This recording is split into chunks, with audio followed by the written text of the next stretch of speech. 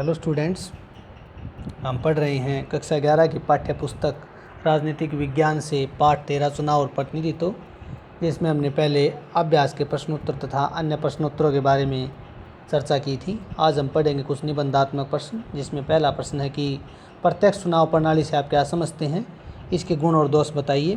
प्रत्यक्ष चुनाव प्रणाली, जैसा कि हम जानते हैं कि वह चुनाव प्रणाली जिसमें जनता वोट डालकर अपने प्रतिनिधि का चुनाव करती है, प्रत्यक्ष चुनाव प्रणाली कहलाती है। पंच, सरपंच, एमएलए, एमपी का चुनाव इसका उदाहरण है।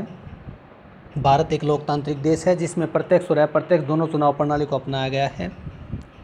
प्रत्यक्ष चुनाव प्रणाली के गुण, पहला, मतदाता और प्रतिनिधियों से सीधा संपर्क। प्रत्यक्ष चुनाव प्रणाली मतदाता और प्रतिनिधियों का सीधा संपर्क होता है, वो एक दूसरे के बीच में संवाद बना रहता है। दूसरा, प्रतिनिधियों में अधिक उत्तरदायित्व की भावना। जनता के द्वारा जो प्रतिनिधि चुनकर आते हैं उनमें जनता के प्रति उत्तरदायित्व की भावना पाई जाती है। लोकतांत्रिक प्रणाली, प्रत्यक्ष चुनाव प्रणाली जो है लोकतांत्रिक प्रणाली है, इसमें जनता वोट डालकर अपने प्रतिनिधि का चुनाव करती है।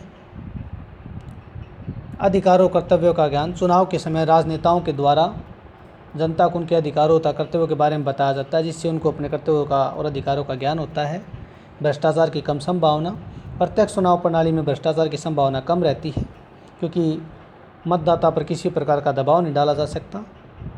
और भी काफ़ी गुण हैं जो प्रत्यक्ष चुनाव प्रणाली में पाए जाते हैं। प्रत्यक्ष चुनाव प्रणाली के दोष, पहला, खर्चीली प्रणाली। प्रत्यक्ष चुनाव प्रणाली जो हम जानते हैं खर्चीली प्रणाली है, क्योंकि चुनाव आयोग को विभिन्न स्थानों पर चुनाव स्थान बनाकर चुनाव करवाने पड़ते, इसमें खर्चा अधिक आता है और उसका बोझ जनता को वहन करना पड़ता है। चुनाव में झगड़े की संभावना, चुनाव के समय धार्मिक भावनाओं से प्रेरित तथा जोशीले भाषणों के कारण कई बार झगड़े की संभावना बढ़ जाती है। योग्य व्यक्ति चुनाव लड़ने से डरते हैं। प्रत्यक्ष चुनाव प्रणाली के अंतर्गत योग्य व्यक्ति जो है वो चुनाव लड़ने से डरते हैं, वो चुनाव में लड़ना पसंद नहीं करते।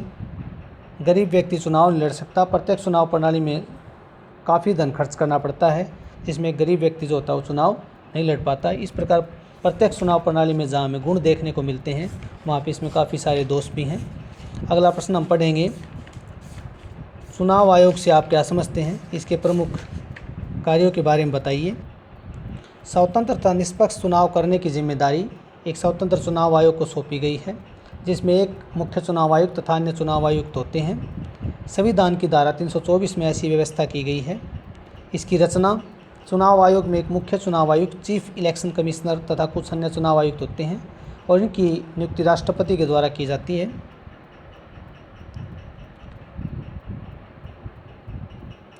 नियुक्ति के समय चुनाव आयोग के मुख्य चुनाव आयुक्त अन्य सदस्यों को राष्ट्रपति के समक्ष शपथ लेनी पड़ती है।